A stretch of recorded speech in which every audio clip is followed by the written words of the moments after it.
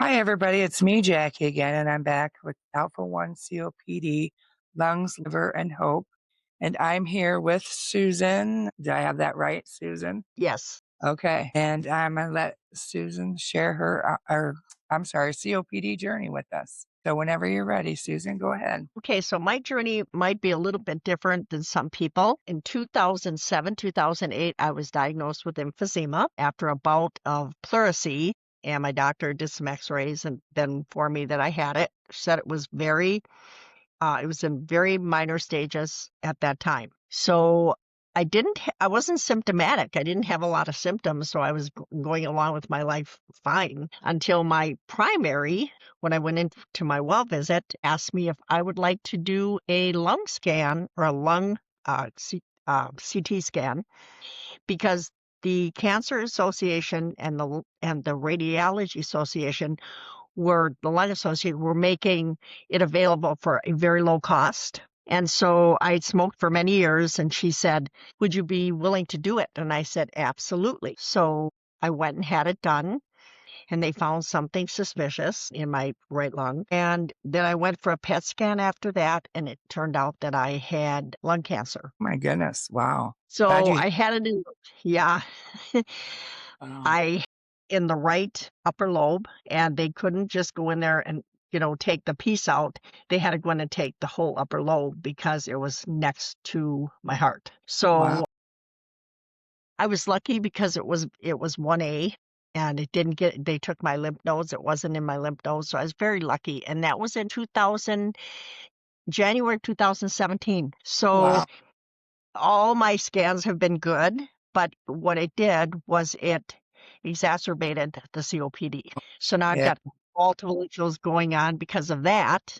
My bronchial tubes aren't great, and um, I get more wheezing. I get out of breath sooner.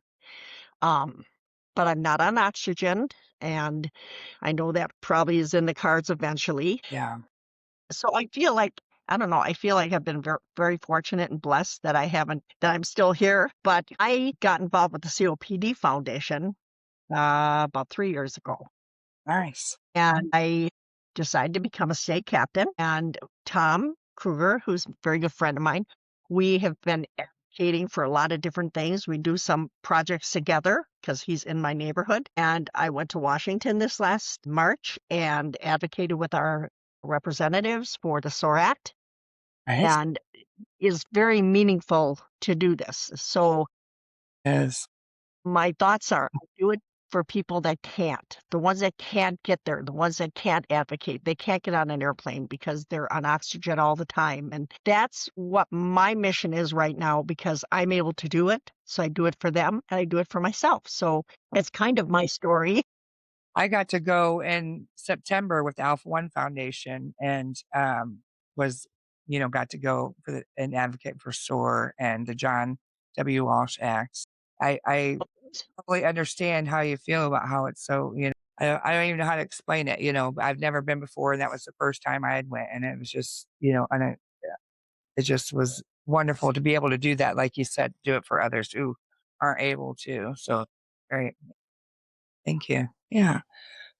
Um, I like that you and Tom have that to where you can do things together. Also, I'm a support group leader in Illinois for the Alpha One Foundation, and I met my friend Deb, and she lives, I mean, it's a little further. She lives about 45 minutes from me, but it's so nice. We met up recently, both after we were both recently diagnosed and started meeting up together, about once a week, and did a lot of events together. And it's so nice having that person that, knows what you're going through and all that. And, we became best friends. And it's just so nice having that person that, knows what you're going through and someone close to you that you can see in person too, not only, just on the group pages and that, but to have that one-on-one with somebody, that's nice. I'm happy for you that you have that too with It Tom. is. And I met Tom through Zoom during COVID on Better Breathers. I had met him previous during respiratory therapy, but I hadn't seen him for a while. And then there he was. And so that's a wonderful program, the Better Breathers program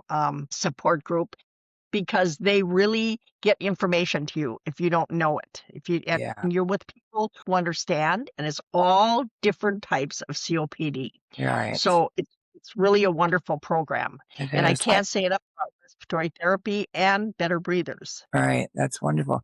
I've been to a couple Better Breathers, but since we started our support group, we just been more doing Alpha One, but we have people that just have COPD and not Alpha One that do come to our meetings as well. So I do like that, and I do love that program, that Better Breathers. I think that a lot of COPD patients are fortunate to have that. That's a great program. Yep, Yeah, we do. that's great, and I think you guys meet more often than a lot of other people too, which is nice. That's Yeah, good. Is we it? have one in Richmond where I live, and they meet once a month, every third Monday. And then we have one in Stillwater, which is about 25 minutes from us, and they meet every fourth Wednesday. So Nice. we have nothing conflicting. So we go to the meetings and it's in person. It's wonderful. And I mean, I think Tom and I and Wendy, his wife, have made a lot of friends. And, Tom brings people to the group because he advocates. He'll go up to people and talk to them and just Well, say, "You're on oxygen. When yeah, did you get diagnosed?" And he'll just start a conversation. He's just wonderful with people. that's And great. so recently we got in November, we got our state proclamation from the governor, COPD month, and that was great. And we got that done and we took a picture and had a story in the Amory newspaper. And, it's just advocacy like that. And I Yeah. think I like to plug him a lot. He's a great person. That's good. And don't you think doing that kinda helps you as well, It does. not just sit and dwell on what you have going on, but helping others and getting to do that. I know I love it. I love that part of advocacy and helping too, and it helps me get my mind off things and not just sit and dwell on myself, but helping others, has helped me tremendously, and I just love it. It does because, it's like, one of my friends said, you don't want to become your disease. Right, You want to become the person that is advocating for your disease, but you don't want to become that. So I think we have a tendency to almost let that happen when we right. first get diagnosed, because we're like, oh my God, what do we do? Where do we go from here? Yeah, And there wasn't a lot of information for me back then. And right. so this is why I think nowadays we're getting a lot more awareness out there, and it's really important for people to understand what it is and how many different types of COPD people have. Right, there's so many, and that's right, and that's why I started this podcast too. And I've wanted to do it for years, and I always have put it off because I don't have the right equipment and I don't know what I'm doing and all that. But I thought, you know what? If I don't start, I'm never going to start. And I was going to wait, and I thought, no, if I wait, I'll never get it done. And I think it's important to hear everybody's stories and hear that there's still life out there after diagnosis, and we can still do things, and it's not the end of the world. And although it may feel like it, and when we're first diagnosed, it does, but there's certainly other things out there. And that's why I wanted to get this out there. And I love and thank you that you've come on to share your story, because I think that everybody deserves to tell their story. I have so many people say, well, nobody wants to hear my story. It's not like, no, I think, we should hear everybody's story and get as much awareness out there that we can. So I thank you for sharing yours. You're very welcome. Thank you for asking me. And I think what you're doing is wonderful. I think it's awesome that you're doing this and letting people see these videos. I think there needs to be more even. I think Yeah. it's great that you're doing this, and I really appreciate the opportunity to do this. Good, thank you. If you know anybody else interested too, I'm just, like I said, trying to get that word out there. And like you said, I think it will help people who are just diagnosed and people that don't know where to turn to. And so they're hearing a lot from everybody and hearing about the COPD Foundation and the Alpha One Foundation and all these different, places that we can get this information from. So Yep, go ahead. I Sorry. was gonna say that I just asked my doctor to do the alpha 1 test on me because I was concerned about it because my grandfather had emphysema and I was negative. So, but if you don't get tested, you're never gonna know, you Right. know? And something I'd like to ask you too, do you know if he did both your phenotype and genotype testing? I don't know what I asked my pulmonologist, and then he had me get a blood test, and then they ran it, and I'm not sure exactly what they did, but, I should ask that question. You should, because the reason I ask is I've had so many people, and even my kids, before I knew with having both genes that my kids had to at least be carriers. which is side note there, carriers from Alpha 1 can still get sick, unlike, some people with cystic fibrosis who are carriers can just carry on, the disease where Alpha 1 carriers can still get sick. So if they're not doing the right testing, and even, pulmonologists don't know to do the right testing, they might do it and your blood level looks good. So they say, oh, no, you're fine. And that's what happened with my kids when they got tested.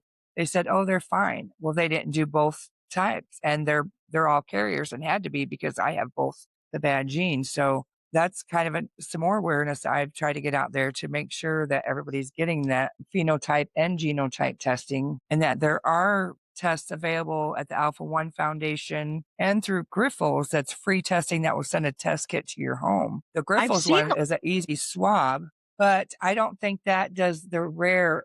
They're even finding more rare alleles of the Alpha 1, which that's a whole other podcast in itself. But the one from the Alpha 1 yeah, Foundation does a finger prick blood test, and that one would tell, if you're a carrier or not.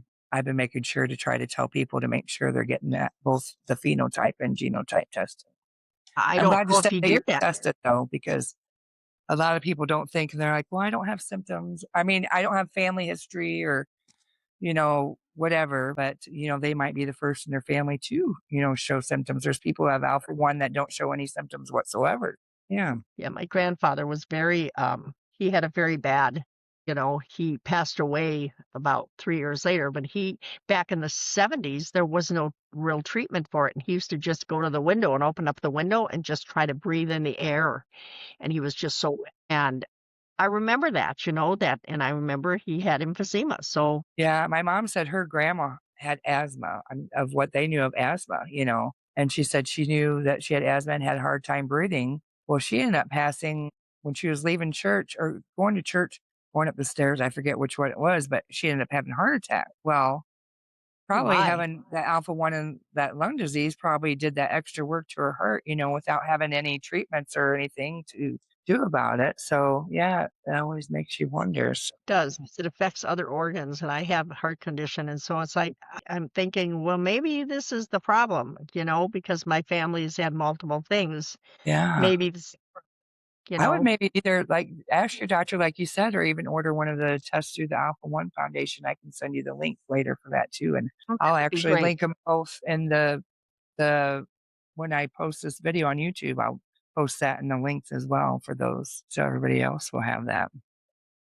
Yeah, That would be a good idea yeah, because there's not much no I never heard of that before until Tom said, "Well, I'm a carrier," and I'm like, "Really?" Or he has it, and I'm like, "Oh my gosh." yeah, and I didn't So even know as I was talking to him, I didn't know he had it either till I had mentioned something. He's like, "Well, I'm a carrier," and I said, "Oh, I didn't know that." I, just thought he had COPD, or not just had COPD, but I didn't realize that he had Alpha 1. So, well, is there anything else that you'd like to share with us? just what I kinda would like to share is for people not to give up hope, and there's so many new things coming out. There's medications, there's devices, we may be getting better oxygen, smaller carrying cases, and I think you just can't give up. You just gotta keep going, keep moving, keep Right, walking.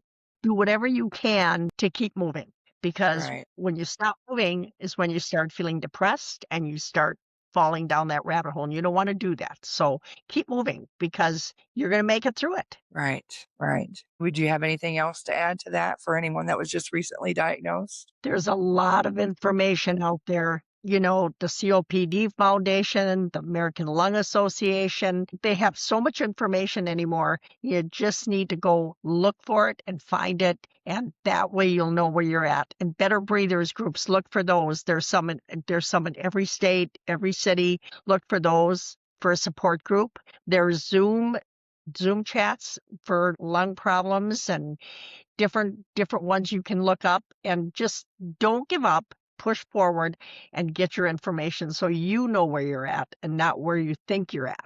Right. Great advice. Great advice. Well, thank you so much. I appreciate your time today. It was so nice meeting you. And I look forward to Nice. hopefully seeing you in the future too. We'll have to connect on Facebook or something. It was so nice meeting you. Wonderful. Thank you. I Yeah. appreciate that. Yeah. Yeah. Take care.